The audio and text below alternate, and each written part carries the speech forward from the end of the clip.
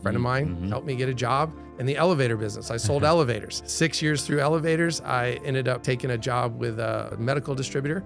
And the medical distributor, my main client, was a long-term care, and I sold diapers. I got a random list off the internet from one of my friends. I started door knocking pre-foreclosures. There's people out there that deserve home ownership. They have plenty of money to put down. They have the ability to pay. They have all that stuff. And it goes back to the purpose side of what I do. Rather than wholesale, just go represent non-bankable borrowers and get a 3% commission from people like me. I don't believe we're going to see a housing crash because we have too many people like us that won't allow it. Welcome back to another episode of the Austin Zaback Show. Today we have a guy by the name of Eric Sage with me, and Eric and I actually have known each other for quite a while, I would say.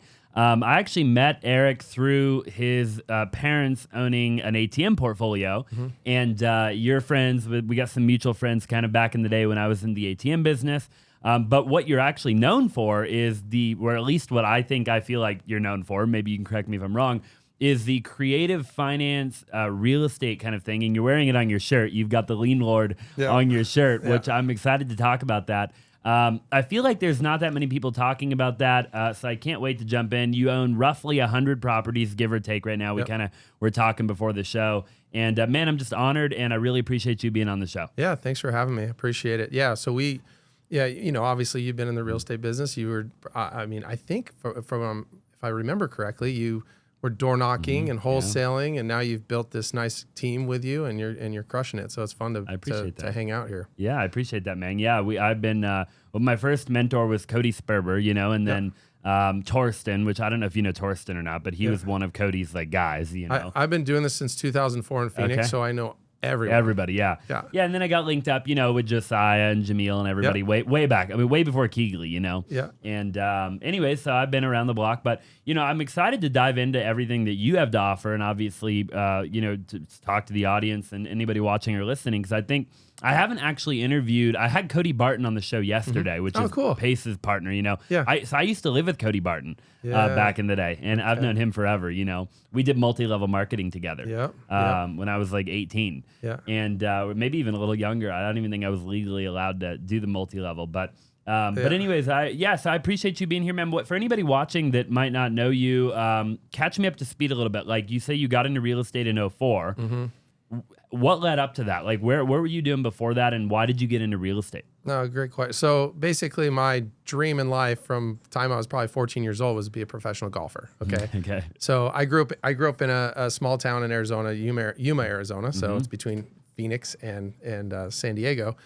And so my dream was my dream. So I worked at a golf course. I played every day. I traveled, and I was blessed to graduate high school, play college golf at the University of Arizona.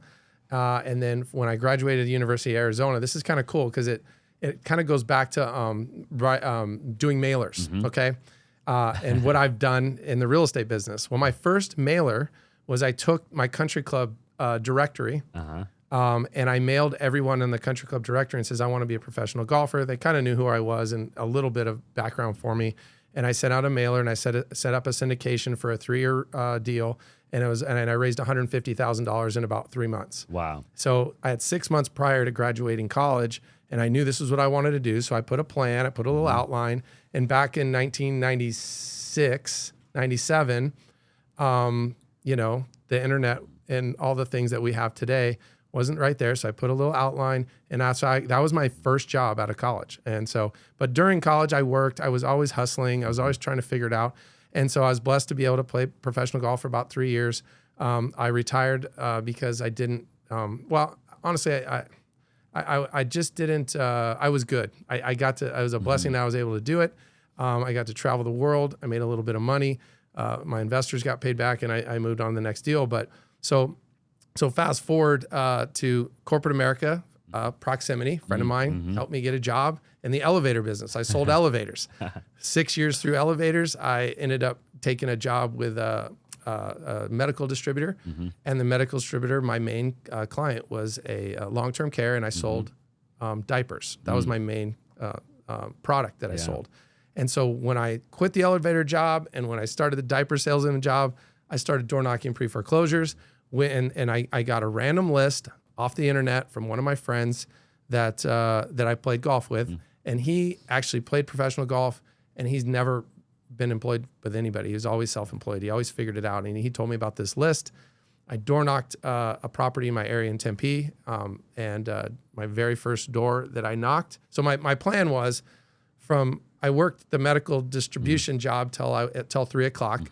So the listeners here who want to get into real estate but don't want to quit their day job, it's okay. Don't quit your day job. I didn't quit my day job. I just figured out how to do it while after my day job, right? So at 3 o'clock, I'd go door knock a few houses, and then on weekends from 10 to 2, I would door knock. Wow. Because that's when people who were in distress typically were home on Saturdays from 10 to 2. That's that. And now we can call them, text them, do whatever with them. It's a lot different than it was back in 04. So first house I door knocked, the story goes, I door knock. I pull up in my Ford Taurus, which is what medical salespeople drove back then. I walk up to the front door. I knock on the door. The door opens, and picture the largest NFL lineman that you can think of answers the door. Now, at the time, I didn't know it was an NFL lineman. And I said, hey, I think your house is going to foreclosure. Do you need any help? Yeah. Now, first of all, at the time, I didn't know what foreclosure was. I didn't know what pre-foreclosure was. I didn't really know anything other than there was some distress here.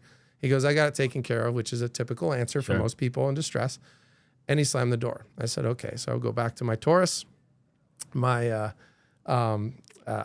Something told me to say, hey, tear off this piece of paper, put your name and phone number, and go back. My intuition. Intuition came up. And I said, okay. So I went back. Now, keep in mind, I have a full-time job. I'm making a pretty good living, so I have nothing to lose. I don't really care. And so that's kind of cool about business in general, is if you don't care, it's amazing what happens to you, So I went back, told him, hey, knocked on the door. He says, what do you want? I said, listen, if something changes or something, here's my phone number. Give me a call. So sure enough, that night, his wife calls. So, and he actually was an NFL lineman for the Cardinals, and he had made some bad business decisions and got behind, and they filed bankruptcy. And so his wife calls and says, yeah, we filed bankruptcy. It got discharged, and our house is going to auction on Tuesday. And I said, and it was a 3-day weekend. And so that was a Friday. So we had till Tuesday at the to get to the auction. And so, so sure enough, I said, well, let's get together. We can talk about it. And so how about 1 o'clock on Saturday? She says, perfect. Well, keep in mind, I don't even have a purchase and sale agreement. I don't really know what's going on. And so the first thing I thought of was when I bought my very first rental property, which I'd owned my primary residence, and I bought a rental property. It's all you had done at that point. It's all I've done at this point. Which my very first rental property was, my friend was a realtor, and my friend that was a buyer's agent, and the other agent, friend of mine, was a listing agent. You're right. So I paid full price. I put my 15% down, figured 30 years from now, I'd pay it off, and I'd get whatever cash flow, right? That was the stand. That's what I knew. I didn't know how to buy discount. I didn't know anything that I know today. So sure enough, call my realtor, and I said, hey man, I got this house. This is what's going on. And he's like, well, I don't know how to help you. Yeah. Like, there wasn't YouTube University back then, right? And we reminded ourselves, we're like, wait a minute. Well, we have a friend named Marty. We think he does this. I just played in a golf tournament with him at a wedding 3 weeks prior. So I call up Marty. I'm like, hey Marty, what's up? And I went to high school with him. I go, I have this house, and here's what's going on. And I set up an appointment tomorrow at 1 o'clock. And he goes, now Marty was a cameraman for I think it was ABC or NBC News or whatever. What was his last name? Boardman. Okay. Yeah. So different Marty. Yeah. Okay. Yeah. So he was my mentor, right? He became my mentor. So anyway, so I call him up and tell him the story, and I told him the address, and he goes, Eric, how did you get a meeting? I've been calling on them for 1.5 years. And I go, luck, timing, all of it, right? That's how it works sometimes. And so sure enough, we meet, we get the appointment. He knew how to reinstate the loan. Wow. He knew how to call the bank. He knew he had the purchase and sale agreement. And so back then in 04, we would buy the house, we'd get them current on their mortgage, we would reinstate it, we would make the payments, we'd keep them in the house, and they would buy it back from us. Because back then, with anyone with a heartbeat and 6 months of payments, they could probably refinance the house and pay us back our money plus whatever fees we charged, right? Well, we do that. So the crazy thing about that was we had to get all the reinstatements on Monday. At the time that Monday, my partner who's my, that was my first wholesale deal, really. Even though I got a fee plus a piece of the deal, but his wife goes into labor with her first child. Hey, real quick, I just want you to do me a huge favor. If you're enjoying the show and you're enjoying all the amazing guests that we've been having on lately, then do me a massive favor and smash the like button. Drop a comment down below and subscribe if you have not already. I would greatly appreciate it. It would mean the world to me, and we will be able to bring on a lot more big names if you help us out. Now let's get back to the show. And I'm like, okay. He goes, everything's gonna be fine. I think we're good. She's going into labor, and I'll call you when we're done. I go, okay. So he calls me. He's like, yeah, we're all healthy. Happy baby. Her name's Audrey. I won't forget it. And God, I mean, that was in 2004, so that was quite a few years ago, and almost 20 years ago. And so, so he goes, yeah, meet me on Tuesday. I'll pick you up. And at the time, he was driving a nice Honda, right? Picks me up. We go to the bank. We get our $58,000 reinstatement check with the trustee sale number on it. We walk up. He goes, here's what I'm going to do. I'm going to pull up to the front of the courthouse steps, which here in Phoenix, if you guys have ever been there, there's really courthouse steps, and this is what happens. So we walk up the courthouse steps. Oh, no. He goes, I'm going to stay in the car because I don't like people to know what I'm doing. You're going to walk up the steps. You're going to show up. You're going to give them the TS number and the check for $58,000. The sale is going to get stopped, and you're going to get a receipt, and you're going to walk in. And so I walk up. People are hovering because there's a massive amount of equity in this house. It was a beautiful home. And sure enough, I pull up, walk up the stairs, give them the check. Everyone's like, what the hell just happened? They thought they were going to get this house. I get the receipt, walk down, we drive away. And so okay, so you never forget your real first whole investment deal, right? And not only that, I think I made $4,500. But I'm like, always questioning, well, where do you get all these 58,000s, dude? Like, you're from Yuma, you were a cameraman, now all of a sudden you've got all this money. And so, anyway, we ended up doing that deal. The best part about that whole deal is just recently I pulled it up, and they did buy a house back from us. They've lived in that house. I think it just closed. Really? Yeah, they just sold it. Wow. So they lived in that house for almost 20 years after we stopped that foreclosure. Where was that at? In Tempe. Okay. Yeah. Got it. Yeah. It was in Warner Ranch. Okay. Yeah. Yeah. It was like a 5-bedroom, 3-bath. For sure. We bought it for $250. At the time, it was like $400. And our model back then is if it costs us $58,000, we're going to charge you that, but we're going to get your debt to income in place to where you can afford it. And sure enough, they sold it. I think it closed for almost $750. Wow. So we made some money. Yeah. We stopped it. We helped them. Because there's times where I have lots of deals where people have hardships. They have medical, health problems, job problems, whatever problems. They just need time. Yeah. So but now in today's world, we would not do that. We wouldn't keep anyone in their home. Maybe for a short time, but not like we did it now. With Dodd-Frank and all the new lending guidelines and whatever, the chances of them refinancing under that circumstance in today's world is probably not. Yeah. Isn't that wild that you used to be able to do that though? Like pretty crazy to think No one would about. ever do that. Right. Like, I mean, people would be like, why would you do that? But it made me very successful because then mentorship. So he became my mentor. And then, fun story is, I kept door knocking. He gave me a better list. He taught me what to do and what not to do. So I didn't drive across. You knew what foreclosure was. I didn't go to Apache Junction when I see the thing pop up, drive across town and find out that it's in bankruptcy and it's never going to foreclosure. Like certain things that you learn. But so I started bringing him more deals, and then his Honda became a new Mercedes, and then it came an AMG, and I'm like, you can't drive that to our appointments anymore. We'll go in my Honda. And then I made more money part-time with him than I did my real job. And wow. And I'd been in business for a while, so I had some retirement, and so I was able to take his information and knowledge and do it myself. And then the cycle of real estate life, and I'm still doing. I've never worked for anyone since then. Pretty wild. To think about, right? And guess what? We're doing it now again. Like the whole cycle of where I started door knocking.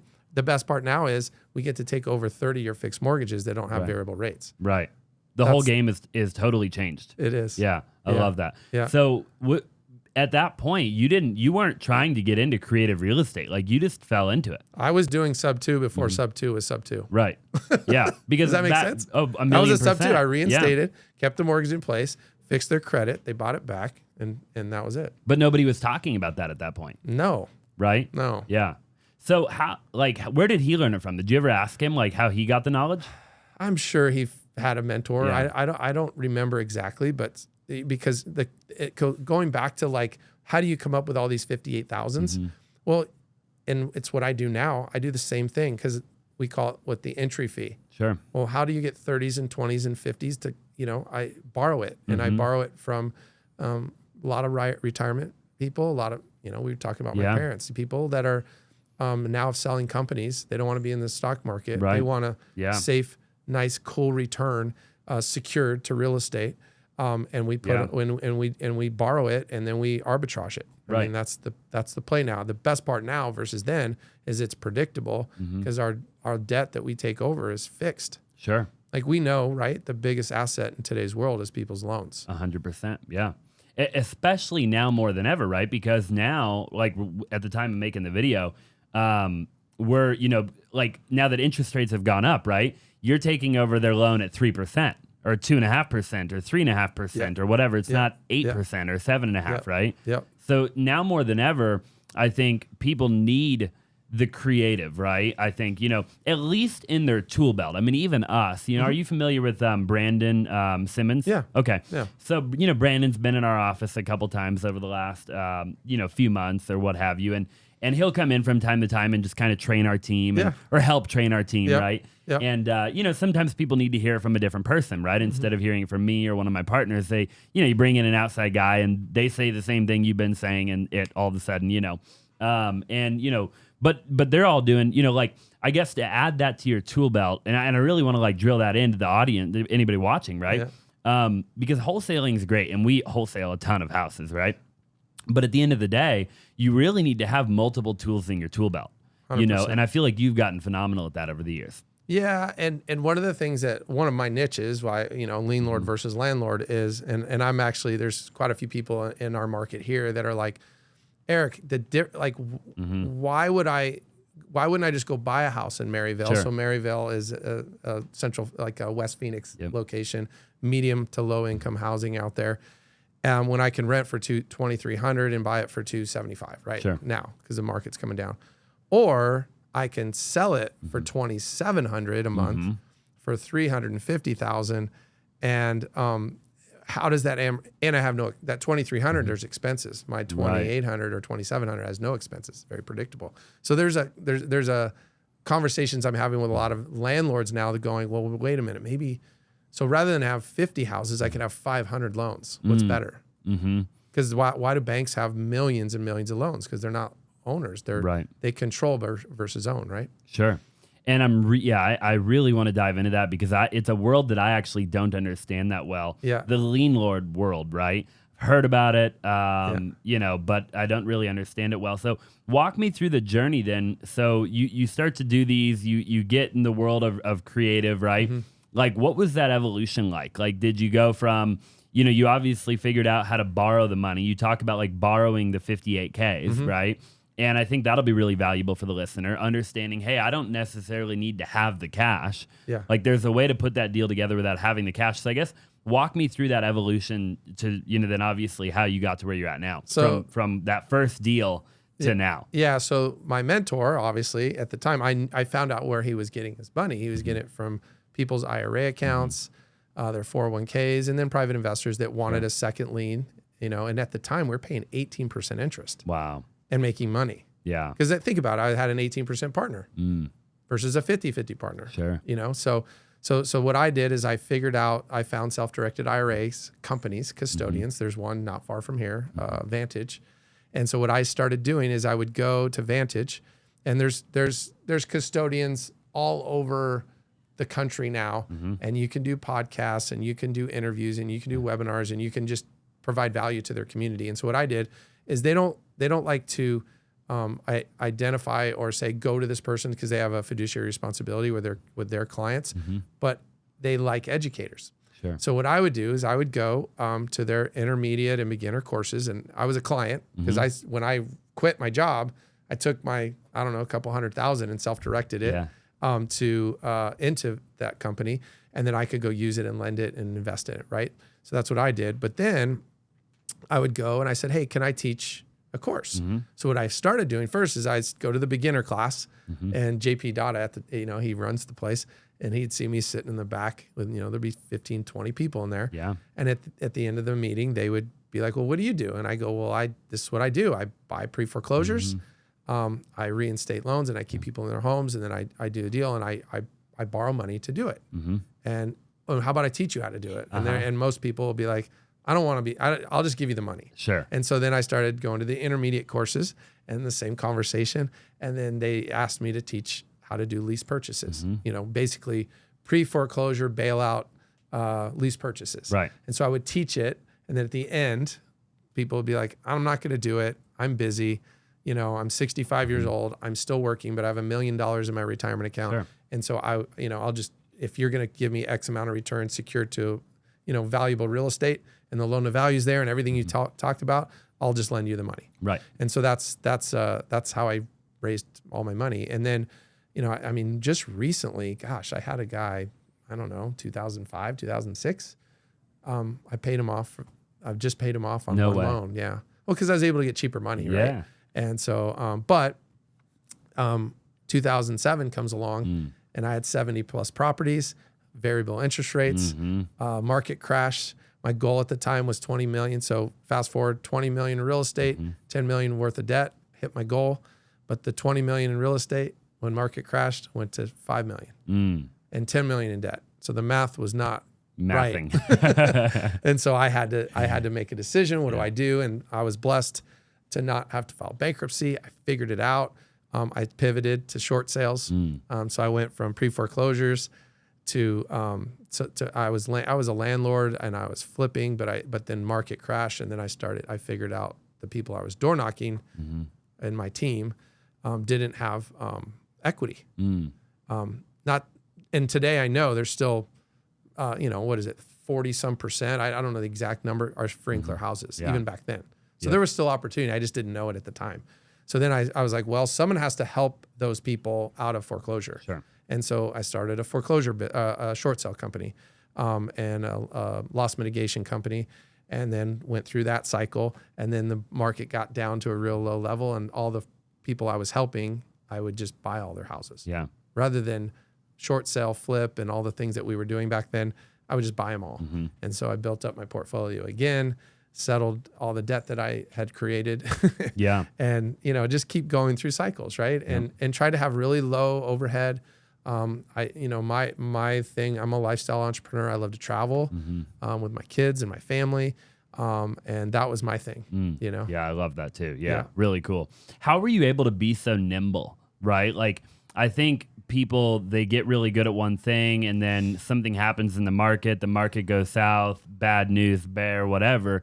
And they can't be nimble. They're kind of forced, their backs up against the wall. And you talk about, at a very minimum, one big, massive, obviously 08, right?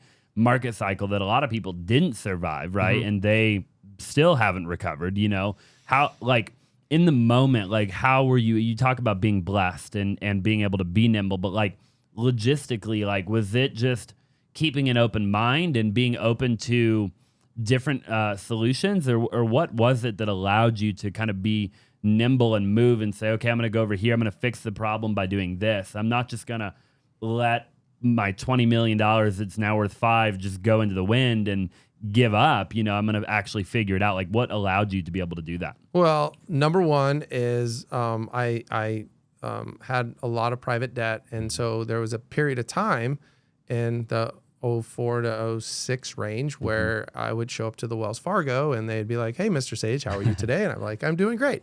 How about a $250,000 line of credit? Looks like you need that. And I'm like, well, what do I have to do? You just sign here and it'll be in your account tomorrow. Okay.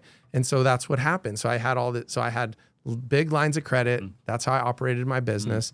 And then all of a sudden there was a time, because I was doing short sales, that a lot of people's lines of credit started getting frozen. And so I strategically made a move on those myself. So I was very liquid. I'd rather have the liquidity than none. And so I put myself in a position to be liquid, to be able to afford to hire and build a short sale business for the cash flow. And so I just saw an opportunity. I don't want to say I'm a pioneer when things happen. I have a vision, even like lien lording versus landlording. It's something that I've found that I see something and I'm like, okay.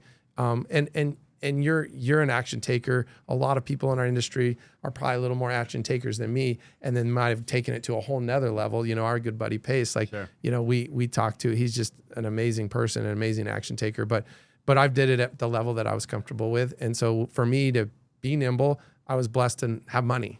I didn't blow it all on trips and cars and stuff that I wasn't able to liquidate. And then I worked with my people that I bailed out. I literally just gave them their homes back because I wasn't able to afford to keep them. Right. So I deeded them back.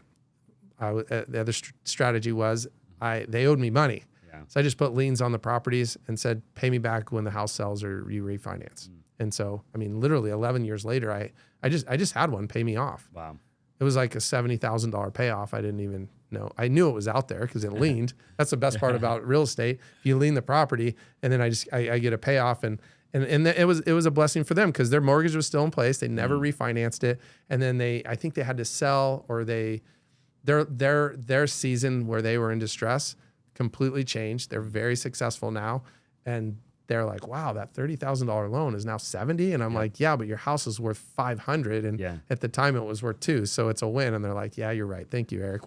We're actually blessed that you actually were here because we wouldn't have this house today. Sure. You know? So I guess that would be the nimble side. And then I just keeping my eyes and ears on what makes me happy in business. And I know, so that's where I got into the lending side is leanlord versus landlord is because I would borrow money from all my private investors. They found me I found them and we worked together. I was a good operator. Sure. I paid them back. That was the other thing. Market crashes. And one of my investors calls me and goes, Eric, he had like $1 million with me. Market's crashing. He goes, man, I pulled up Zillow. That was like, Zillow was like new back then, you know? And he's like, it doesn't look like I have any equity. I go, well, do you want your money back? And he's like, yeah, I'll take my money back. I go, great. So I cut him a check for $500,000 and then my strategy was, I will give you all his money back, but I know I'll wait and I'll just get it back again when the opportunities come back, when the market shifts again, right? Well, ended up giving him $1 million back, 500, and then a few months later I gave him the rest of it, and I had it. Yeah, I was lucky to have it, and I gave him his money back, and then he went and invested it into this condo conversion thing in like Oregon, and I think he lost all of it. Oh man. Yeah. After all the 18% money that I gave him. So that kind of sucked. So I think he lost a large portion of it when the market crashed after that. But you know, it is what it is. What can you do, right? Yeah, I did my job. I paid him and did what I said I was going to do. Which most people wouldn't have done or couldn't have done. Well, some people I know got so far over their ski tips, they would be able to help some, not others. And they just had to BK out. That was what people had to do. That's all you could do, right? Really quick, for anybody watching or listening that doesn't, because I want to talk in a minute, in a little while, we'll go into like the leanlord versus the landlord and the pace more, all that jazz.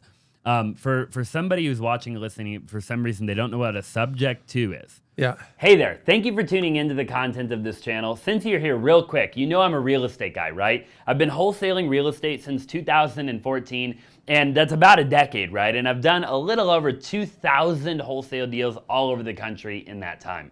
And for a long time, I've had people reach out via DM, via email, and in the comments section asking if I offered mentorship or education or any sort of group training. And for the longest time, I turned everybody down because my focus was to be one of the top wholesalers in the nation. And that day is finally here. My company pretty much runs on autopilot, and my organization does, at a very minimum, 1 to 2 wholesale deals every single day. And that is why I'm so excited to announce our new private coaching program, Flippin Simple. So whether you're looking to wholesale your very first deal, or you're already doing a handful of deals a month and you're looking to scale, I've put together a waiting list so that you can be one of the very first people to find out when the program drops. Spots are of course limited, so go ahead and click the link down below to be a part of the wait list, and somebody on my team will reach out to see if you're a good fit. Now let's go ahead and get back to the video. Talk to me like I'm a 5th grader. Okay. What is the subject to? Okay, so give you a perfect example yesterday. Okay. So seller purchased their home in 2021, okay? They owe $150,000 on their house right now at 2.75% interest rate, which is a very common thing in 2021 and beyond and earlier, right? Yep. And so we're going to buy their house for $180, meaning we're going to come up with $30,000 above their mortgage, and we're going to take over their existing debt. That existing debt is the $150. And so subject to is meaning I'm going to buy that house subject to the existing liens, which is that $150,000 lien. Yep. Maybe there's an HOA. I don't want to confuse anyone, but that's the simple thing. Taking over their $150,000 loan, 2.75% interest rate. Don't quote me on the exact number, but it comes into about $600 a month-ish, principal and interest, not taxes and insurance. This happens to be in Texas, by the way, this particular house. And so I know I can go sell that for $210-ish with $20,000 down to a seller, deserving homeowner that deserves home ownership, that's unable to get traditional bank financing, and get probably $20,000 down and pay $1,600 a month. And so principal and interest. So think about that spread. Yep. That's $1,000 a month cash flow. Sure. So I have a lot of room to pay off my $30,000 investor that I'm probably going to bring in. Yep. Maybe a 35. A lot of times I'll bring extra. This is a big challenge for a lot of wholesalers is they're like, I like the $1,000 a month cash flow. I like the $300 a month cash flow, but I have an entire team to pay. How the heck am I going to pay that team with this little bit of cash flow? That's why I'm able to get, we call it cash now, cash flow, cash later. I bring in the cash now to pay the team, to pay the overhead and the marketing, then I build these 300s and 400s a month. Yeah. As many as I can that way. I love that. So in that situation, right? So so that I'm understanding and they're understanding correctly, you're going to go raise the 30K. Hypothetically. Obviously, you could put it down, but you're going to raise it. You're going to give the seller is going to just put that in their pocket. Out of the $30,000, that is what we call it the entry fee. The seller's getting some cash. A wholesaler that brought it to me is giving me some getting some cash. There's probably some closing costs there. And so that money will get divvied up. Sure. Okay. Got it. Seller gets to walk away. They're happy, right?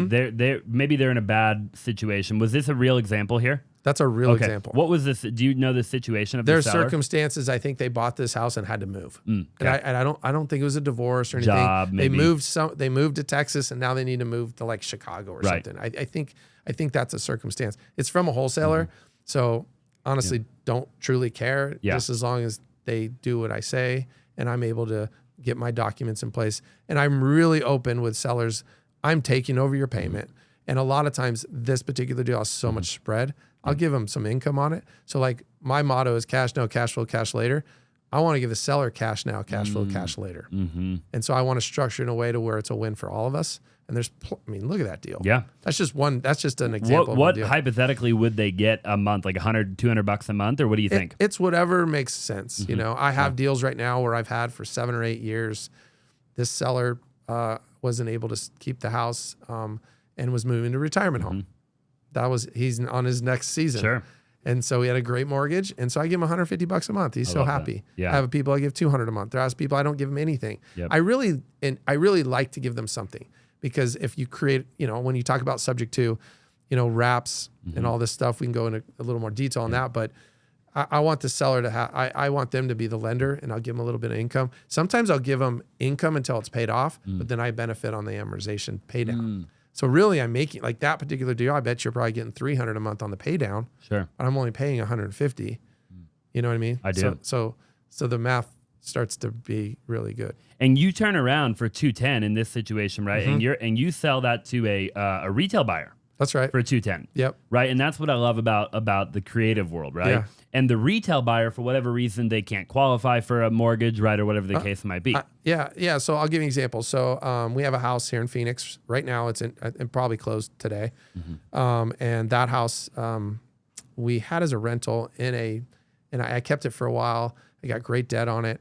But I didn't want a landlord in that area. And so I sold that for $340. I'm going to get $20,000 down. It needed some work. And the buyer, I put on MLS, sold it on MLS. The buyer is a painter. He and his dad. Wow. Well, he doesn't have, I don't even think he has a social security number, but he has an I-10 number. So he pays taxes.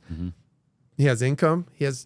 I think he had like $100,000 in the bank. I believe it. And he's probably going to go take the 3-2 and turn it into a 4-3 because the 1-car carport he's going to turn into a bedroom and a bath. I have a feeling He's going to do everything cool to it, and he and his family are going to live in that house for the rest of their life. Probably. Yeah, I'm going to do a 30-year term with them. Yep, sure. And we're gonna do really well, and they're going to pay. I mean, we're typically getting anywhere from 9 to 11% interest on our stuff, but we bought wholesale and selling retail, right? And now they have security and certainty I love of home ownership, yeah. right? And so that's one of the things of our motto. It's like, I'm going to do 1,000 seller finance deals this year, and it's going to be with myself as well as people like you, people that I teach and talk about, so we can have these stories, you know, because I don't know if you've ever not been a homeowner and you have a family, it's not cool. Yeah, for sure. You don't know what's, you want. So there's people out there that deserve home ownership. They have plenty of money to put down. They have the ability to pay. They have all that stuff. And so that's kind of, it goes back to the purpose side of what I do, is going back to the lending side, is I kept my my lenders, all they did was collect money. They were getting credits from payments and debits when they lent. They didn't have taxes, insurance, and maintenance, and vacancies, and tornadoes, and roof problems. They didn't have anything. And that's what our banks have, right? Yep. I mean, I don't know when the last time you called your bank for anything. Hardly ever. They just get an auto withdrawal, your withdrawal from you and a deposit, and they're done. Yep. And that's how my bank account looks like now with some of the loans I have. Yeah. With that particular deal, the second deal that we're talking about, that was an off-market deal, right? That got brought to you by a wholesaler? Or Actually, so I was direct to seller for a while. Okay. And so that particular deal, I think, came off of a PPC lead. Wow. I don't exactly know. I've owned it for a few years. Then and I got a great deal on it back then. Then I refinanced it, pulled some money out. I have a great loan on it, and then I'm going to sell it on a wrap to the home buyer. Okay, now talk to me about a wrap. Like I'm a fifth grader, right? Okay. Because we went through the subject too. Yeah. But there's a difference in a rep between a wrap and a sub two. So what is a wrap? So let's go back to the 150 guy. Okay. Okay. So I'm going to buy that house, and I'm going to make them be the lender, and so they're going to put a loan. We call it an exact wrap. It wraps over the top of their existing loan. Yep. So let's just say I owe them 150 and they owe 150. So they'll have a 150 loan over the top of that. Okay. And the reason we do wraps is because, and I'll be honest, I'm changing some of my strategy on this stuff just because of the due on sale and stuff like that, which we know. I'm not worried about a bank calling a loan due. I'm worried about a seller having an event. Seller sells me a house, everything's happy. They get divorced 5 years from now, and wife or husband doesn't want to be on the loan anymore because of their credit, right? That's probably the most probable thing that would happen with subject twos. But if we create a wrap and it's a loan, and they can show income from it for their debt to income, it's an asset, not a liability. So I really believe that that's a good strategy in today's market. You should almost do a wrap on every one, shouldn't you? If you can. If you Is buy there a a reason house, you wouldn't do a wrap? I don't.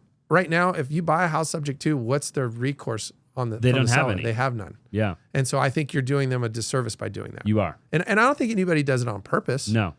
But because the difference between a wrap and a sub two they're is just the some paper. lender. But it's just some paperwork, Yes, right? When you're doing the deal. They're the lender.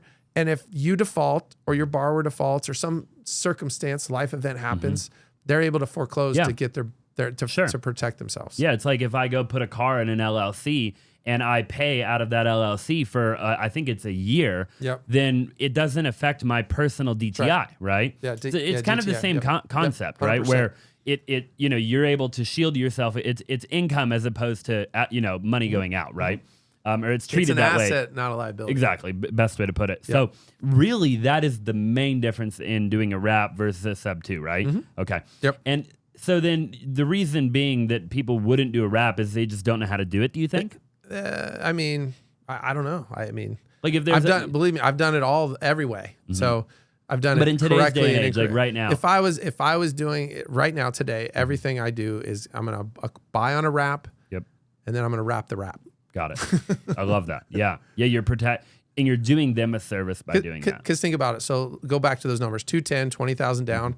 My buyer that I found that deserves home ownership, they owe me 190. Yep. And so the 190 and or 180, right? What is it? 210 minus 210 minus 20. Right. Is that 190? Yep. Yeah, you're right. So 190. So now they owe me 190, and I owe 150, right? Yep. Okay. So what I do to protect from an event is I create a first for 150 and a second for 40.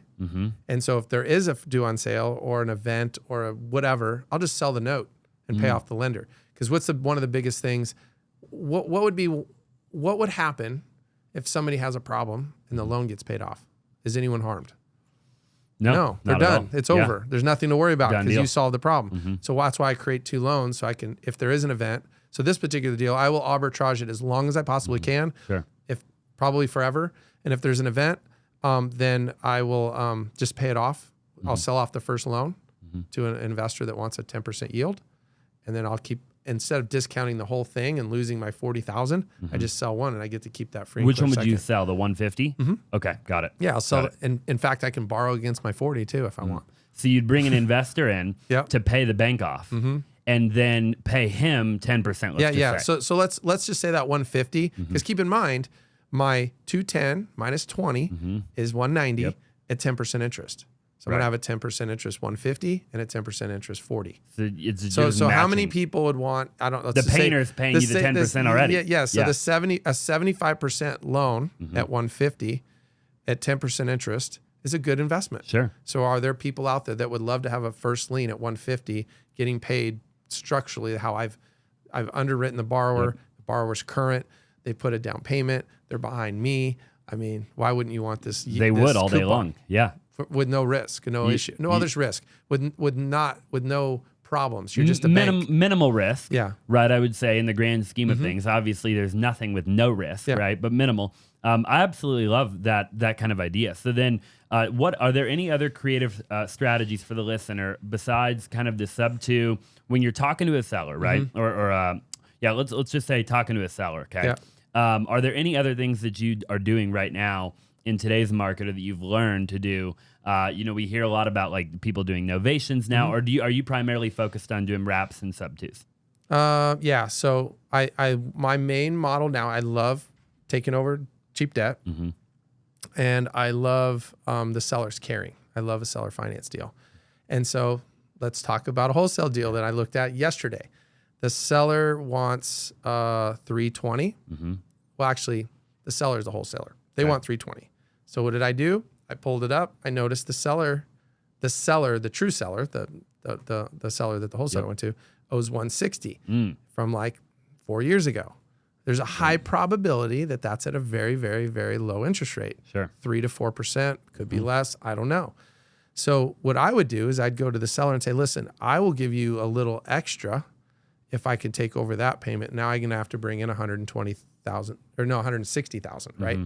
It's 50% loan to value is what they owe. Sure. So I'll give them their 160 if they give me the 160 that I can take over, and then I'll bring in private debt with that. I'm going to probably sell that for 350, 360. So I'll probably get 50, 60,000 down. So that I'll lower some of my cost to get into the deal. And then I'll bring in a private investor and I'll just cram it down. Cause keep in mind, I feel like, I feel like that's still an $800, $1,000 cash flow, Probably. including paying the $160,000 money that I'm borrowing. Sure. Does that make sense? It does. It makes all the sense in the world. In that scenario, would you just go to the wholesaler and have them negotiate the deal with the seller on your behalf? Yep. And then the wholesaler just gets paid because they already marked it up. They're already getting paid. They're already getting paid. They probably have that deal at 300. Yeah. But what most wholesalers don't have is the 160. Sure. Which is And they don't know how to go raise it either. Yeah, or have time or whatever, and they're fine with it. I mean, I have a wholesaler I just talked to yesterday in Birmingham, in Alabama, and he's got a radio show. He has radio ads, which I think we all should do now. I figured that out. But anyway, and he's getting these great leads, and he's been assigning all these seller finance deals. He knows exactly. I know what he's doing. I taught him what to do. But he has 4 kids. So he needs the cash now money, right? And so that's what a lot of wholesalers need that. So, but I talk about how to do all that as well. For me, it's like every wholesaler, every realtor, every fix and flipper, every landlord per se wakes up on Monday and they're unemployed. Yeah. And so I wake up on Monday and I get money coming in regardless if I work or not. Sure. And I don't have to landlord. Now, keep in mind, I do own real estate, and I do that now because my single-family home business is my cash flow business, and then my commercial and apartments and different things that I'm looking at now are going to help me for tax benefits. So that's kind of how I wash it out. So now talk to me about the lien lord versus the landlord. Okay. Yeah. What does that look like? Well, that's like it. Yeah. So lien lord versus landlord. Okay. So acquire, let's go back to the 150 example. Yep. And in Texas, it's very common. Mm-hmm. In Arizona, it's not so common to buy a house for 150. That's habitable, right? Sure. So I'm using Texas as an example, and I like Texas. I like Arizona because landlord laws are in our favor and lending laws in our favor. So they're friendly for us. So that particular deal, 210 sale to my buyer that isn't able to get traditional financing. Yep. And I say non-bankable. They're bankable. They're just not traditional bankable. Sure. Okay. They work hard. They have income. They can proof of income. We do a full deal. So if I rented that house, I would probably be able to rent it maybe $1,500. Wow. And let's just be conservative and say the cost of a rental is about 30%, which we all know is probably more than that. And so rather than get $1,500 and 30% in expenses, I get $1,600 and I pass on all the expenses. Right. And in Texas, per se, taxes and insurance are freaking up. Way more than Arizona. Yeah. But that borrower would love to pay $1,900 a month to be a homeowner. Sure. Yeah, they would pay the extra $500 for homeownership to them and certainty and security. I mean, they'll spend that every year just in moving. Yep. When you know what I mean. And so they get to write it off. So it's a win, right? Right? We get a premium, they get home ownership, life's great. And so the lien lord side of it is I'm basically passing all the expenses off and have a predictable income. And I'm buying a house wholesale, selling it retail. And it's as is retail. You know, that house could, like I said before, maybe they take the carport, turn it into a bedroom and a bath, and my asset goes up, my risk goes down. Sure. Right? So lien lording is just basically the idea, being the bank. It's almost the idea of stepping out of the deal. Kind of, right? Like control versus own. Sure. Yep. Yeah. Because you passed along your ownership. Seller gave the ownership to you technically, and then you passed it along again. Yep. You created arbitrage in doing so. Yep. Both parties are happy. Yep. You're passing along and then every month they pay you and then you pay them. Yep. Yep. So you're just managing the money. I use a servicer. So money comes in, goes to the servicer pays underlying debt if there is any, or another underlying lender, and then they give me the rest. Is it pretty easy to set all that up? Oh, yes. And that's what we do. Like I consult and teach this stuff. So we have a system and a process that does everything. Yep. Wow. Very cool. Yeah. When did you meet Pace? So that's a good question. So on a podcast. Really? Yeah. So I was on Steve Train's podcast. I don't know how many years ago, maybe 3 or 4 years ago. And I was talking about the same stuff. And Pace, I think, was on it maybe before or after. Pace was just kind of getting in the game. And he saw me, and I was wearing a golf shirt. I was talking about golf. And he's like, I want to go golf with Eric, and I want to learn this stuff. And so he reached out to me, and we became buddies.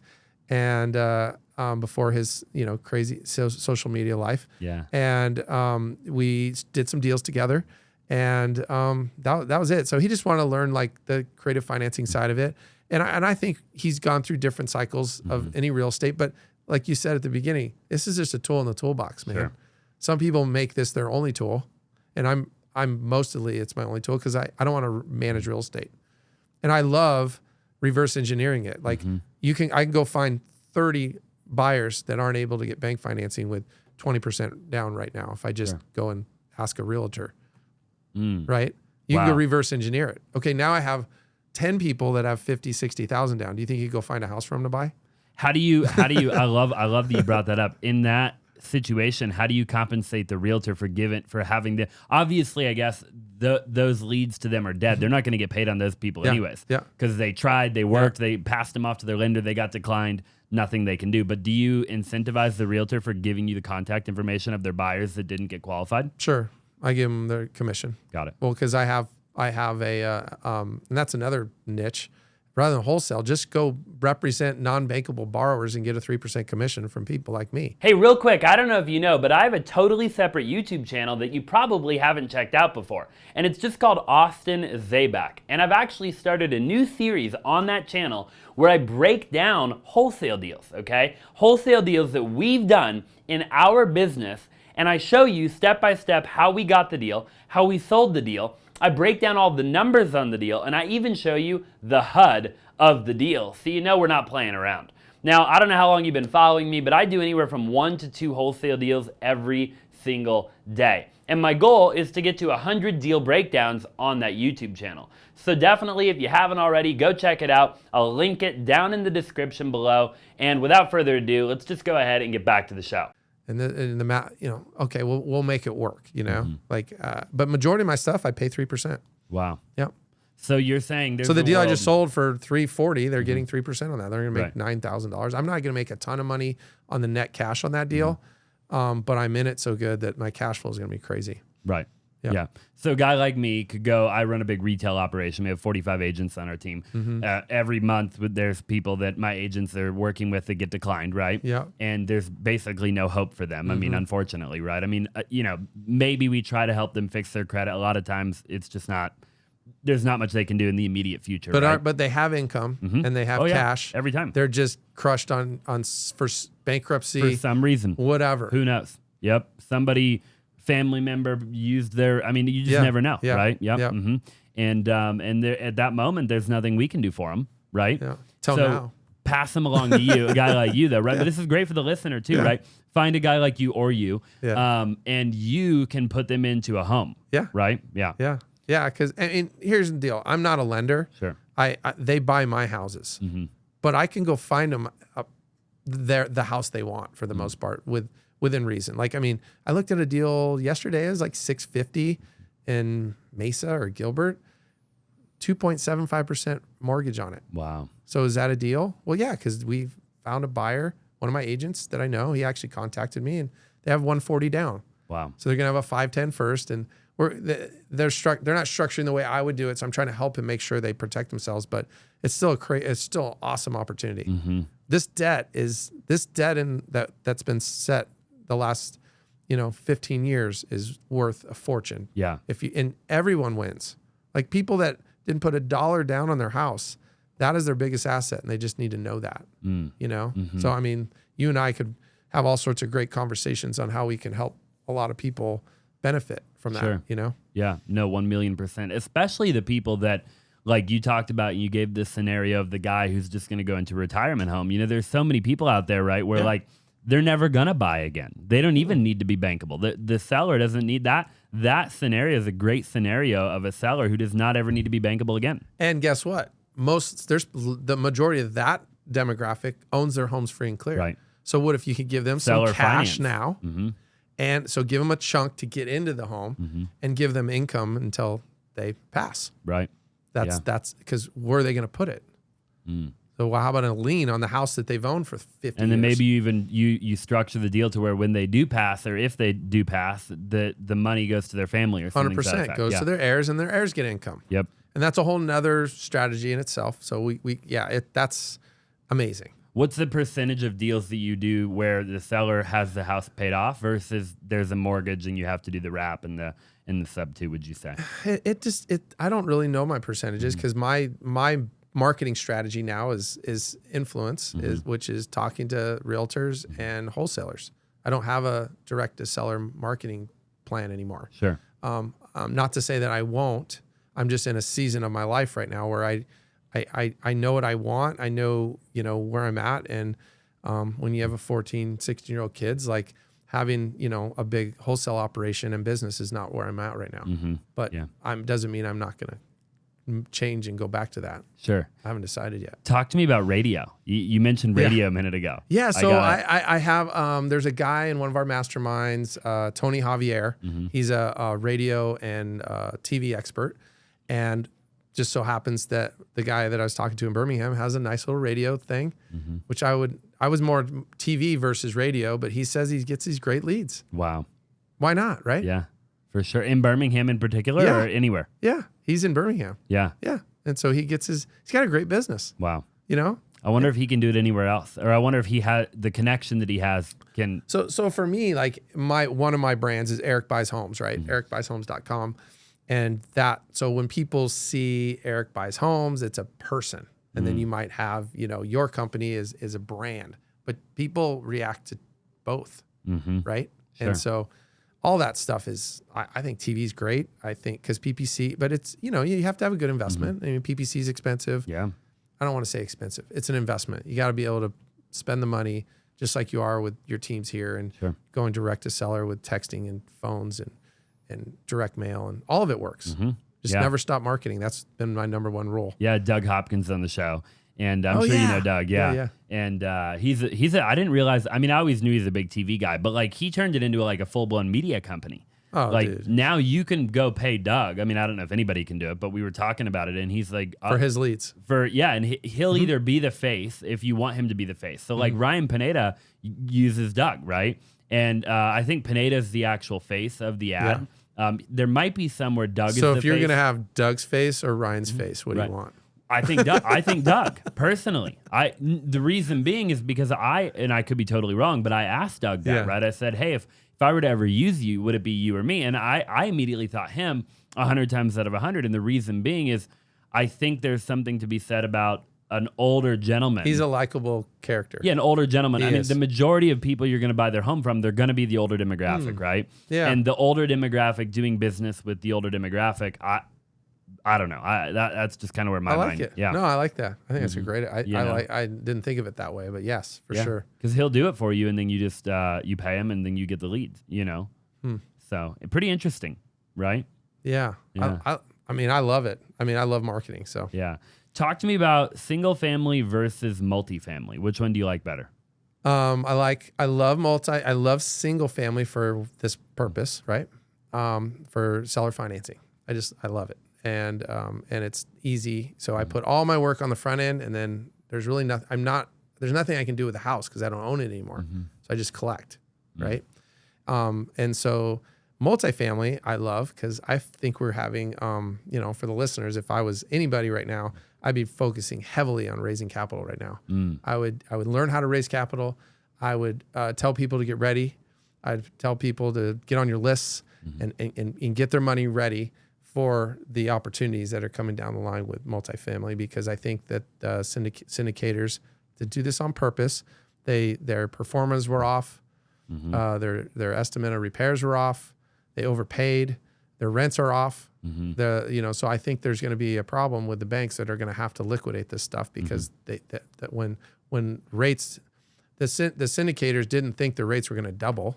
Right. Well, now they're working for free and they have no cash flow, if not losing. I talked to someone the other day. They're losing $500,000 a month Wow. in cash flow. On a big deal. $6 million a year Wow. because of the rate. They didn't lock in the rate. And so we will have an opportunity, if you're liquid, to bring that in. Now, I believe that banks, if we were able to buy it at whatever the bank will take, and then rather than syndicators lose all their money, just put them in a second position and wait it out. Rather than what was that deal in Houston? There was a 3,200 unit deal that foreclosed on. Like, how does that even happen? Right. So I'm sure there's something that we don't even know about. But my point is, I think there's a huge opportunity there. I love multifamily. I think I've done it at a small level. I think that the opportunities are there. The crash of the commercial space that's coming, maybe we won't even know what happened. It won't affect the consumer, except maybe there might get. It's not like a housing crash. I don't believe we're going to see a housing crash because we have too many people like us that won't allow it. Right. Right? Elaborate on that a little bit. Well, because I mean, if people are in default and you can buy a 3%, you buy a house with a 3% loan or 4% loan, and now rates are at 8, 7, 8. There's just the math works. Yeah, you won't let it go into foreclosure. No. Why would you? Even if it's free, even if it's upside down, because it's the cash flow, not the debt. Sure. Or not the value, I would say. 1,000,000%. Yeah. I mean, and I love that you're talking about that because I couldn't agree more with you. You know, it does make you wonder. So you think that we'll see more of a commercial and multifamily potential, let's call it like a correction or crash, rather than a single family? That's my opinion. Yeah. Yeah. Yeah. Because I mean, there's the supply and demand. They're not building more houses right now that I know of. And so the multifamily space, people still need a roof over their head. Now, keep in mind, it's all geographical. It's all, location specific. But I mean, I think people are, especially here in Phoenix, people are coming. Yeah. I mean, I just heard a stat the other day, and don't quote me on this, but guys pulling out of Seattle, he and his dad, he sold his house. He bought his house for $1 million, sold it for $3 million. his taxes were $10,000. When he sold it for $3 million, the new taxes were $40,000. Wow. So it went up $30,000 just on property taxes. And there's some estate thing that happened in Seattle too. And I feel like they have this big estate deal. So people are getting out of those states and coming our direction. Sure. Or Florida or even Texas. What is your favorite market of all 50? I don't know. Or I guess all 50 states. But I mean, obviously, I love Arizona. I think Arizona's great. I think Phoenix is great. I love Texas. I think because of what I do.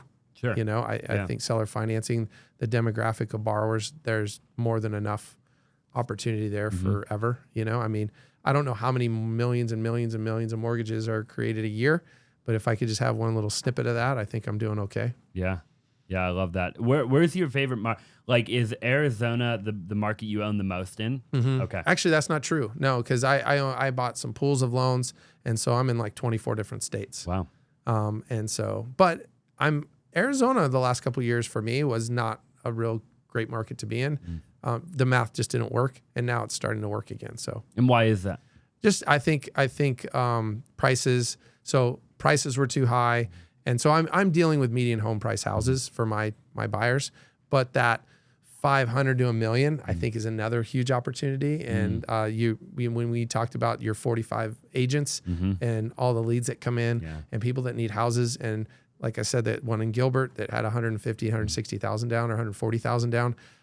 There's people. The market when the market crashed, I kept my house in Chandler and moved to Arcadia and bought a house double the price and half the size, and I wasn't bankable. So how did I get bank financing? I used private investors. I knew how to do it, and so I didn't skip a beat. Wow. I didn't skip a beat. I was not bankable by any stretch of the imagination. I was over leveraged. And so I was able to do that. So I mean, I'm my own client, I guess you would say. Sure. And how did you do that in that season of life? Well, I mean, I saw an opportunity, a house, that's what we do. And then I had private investors that I paid a lot of money to, and they took care of me. You know, I think I got a loan at 7 or 8%. The math worked. I had liquidity, and I wanted to move my kids into an area where they could go to public schools and that were close by, and rather than stay where I was at and go to private school. So that's why we moved over there. What do you think the biggest misconception is of Subject to and creative financing? Misconception, I don't know. I mean, I think it's an opportunity. Fear of people not making the payment, that would be one. Fear of the houses getting called due would be one. I'm not worried about that as much as like we talked about before. Is I'm worried the seller as the consumer and seller of having an event happen. I feel like that's going to be the biggest challenge for a lot of people. But if you structure it right, like I talked about, you can fix the problem without writing a massive check. Might be a small check, might be a little bit of a check, but not a massive check. And you can fix that problem rather than harm the consumers that you put in that position. Because regardless, you buy a house subject to, you're a real estate investor, you're a professional, and our job is to actually, as educators and having podcasts like this, is to just let people know how it works and do it right. So if there is an event, you're not affecting consumers. And when consumers get affected, then the government gets involved and they start making it really hard for us to do what we want to do, right? Yeah. Do you think that'll happen at some point? I don't know. I don't know. Yeah. I just, this market's funky. I mean, you guys are doing a ton of deals, and I think, inventory is still a real thing. Oh, for sure. Yeah. The lack of inventory. Supply is low. I mean, we went up to, 21,000, and then now we're back down to 12, you know? And we were at, the all-time low is like 4 or 3 on the market, obviously, in the Phoenix metropolitan, Maricopa, and Pinal County. But yeah, then went from, let's just call it 4 to 21 back down to 12. Yeah. Pretty wild. It is. To think about, right? And then obviously that's not factoring in new build. Which there's not a lot. Which that probably went to 0 almost. And the new builds I think are more like rent to own communities, not like big subdivisions. What do you think about the rent to own communities? I've seen some. I invest in a platform called Fundrise. Yeah. I made a YouTube video on it like 3 or 4 years ago. I threw like $3,000 in the thing, and then I had auto set up, and I just never turned it off. Yeah. So now I think I've got like 40 or 50 grand. Not a big chunk of money in there, but sure. But I always every now and then I look at my portfolio. And a lot of my money went into, or is still going into, the big new build rent to own, build to rent Build to rent. Build to rent. Yeah. The single family build to rent. Yep. What do you think about that? I mean, I think it's fine. Yeah. I think that it goes back to no different than building multifamily. Like you got to be able to control your costs. Yeah. And the cost to buy, the cost to build, the cost to manage and rent, and your cost of funds, and where your performance fit. So, I mean, it's no different than a multifamily property, in my opinion. Yeah. How are you going to get to, you said it earlier and you have it written down that you're going to create 1,000 homeowners who are unable to get traditional it's kind of a goal of yours, right? Is this kind of 1,000 number? Yeah. How are you going to do that? By doing this. Yeah. Yeah. We have we teach this stuff. It's pretty affordable. And I just want more people to come in. I mean, you don't have to pay me to do it. I just want people to learn about what I do so they can understand how to help those type. I mean, people rent because they have to rent, not because they want to rent, right? So once they understand that there's other options out there, that's our job. Educate realtors, educate investors, wholesale, everyone. And so that there's this opportunity. And, not everybody wants to be a lien lord. I mean, they want control. And they want to deal with, I mean, I have a rental in Louisville, Kentucky, and I get, I don't know, $1,300 a month on a Section 8, and I renovated it, and it's managed properly. But I think a tornado came through there, and my landlord or my manager calls and says, you need X amount of money to fix the roof and all this. And so I lost my cash flow for 3 months. Wow. That would never happen being a bank. That's it. Just keeps, I mean, I own that for a reason, but for the most part, it just keeps telling me that that's not the business I want to be in. Sure. Yeah. For you want the lifestyle entrepreneurship, right? And so the 1,000 homeowners is just me helping. I mean, God forbid I help a few wholesalers figure this out. I mean, I have people right now that are doing what I say. I mean, I met a guy at a meetup a few months ago, and Chris Simon. Yeah, oh yeah, very well. So I was speaking at his Phoenix RIA the other day, and this guy shows up, and he's like, "Hey man, I took exactly what you said, and this is what I did, and this is how much money I made." And I'm like, "Holy shit!" Like, it's a ridiculous amount of money he made by just implementing a few like a conversation. No, we were at a Christmas party. It was a real estate Christmas party. That's what it was. It was with Batch, and he came back and he knew I was speaking, and he wanted to just come and say thank you. Wow. How is that cool? How cool is that? Yeah. Wow. Yeah. And he just went and did what you're talking about. Yeah. He just implemented. And he's a direct to seller marketer, so he has opportunities to make those offers, and they got accepted. And everything worked out.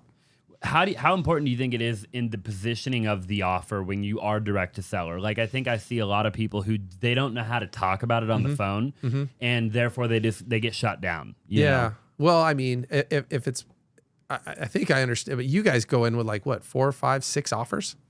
Are you starting to tame it down a little bit? We have a lot of different strategies now. So we have basically like 5 different kind of departments in acquisition and how we acquire a deal, right? Yeah. One of them is obviously direct to seller. So like you saw out there, but we have like literal like sections, right? Okay. And each row, they do a different strategy. Oh, okay. So they each focus on an entirely different strategy all day, every day, right? Yeah. With direct to seller, we definitely will make multiple offers if that's what you mean. Yeah, for sure. I mean, we're aggressive. Well, I when I was direct to seller, I had PPC, direct mail, what else? Text and phone and whatever we had going on, right? And I had agents working for me, so my agents would go out and represent Eric as the buyer, and if they didn't want to do that, they listed it. That was our strategy. Similar, but now we have seller financing subject to, you can novate. You could novate to a note if you wanted. You could do all sorts of cool stuff that to do that. And so really it's like, what does a seller need? And see if we can, because do they want income? What do they sell this $250,000 house that they bought in the 80s? They're gonna have a pretty big tax situation. Yeah. I'm doing one right now. It's $50,000 tax bill. Well, what if you just sell it to me for X and I give you X for this amount of time? And how does that affect your taxes? Yeah. And guess what? You're not a landlord anymore because this is a rental property.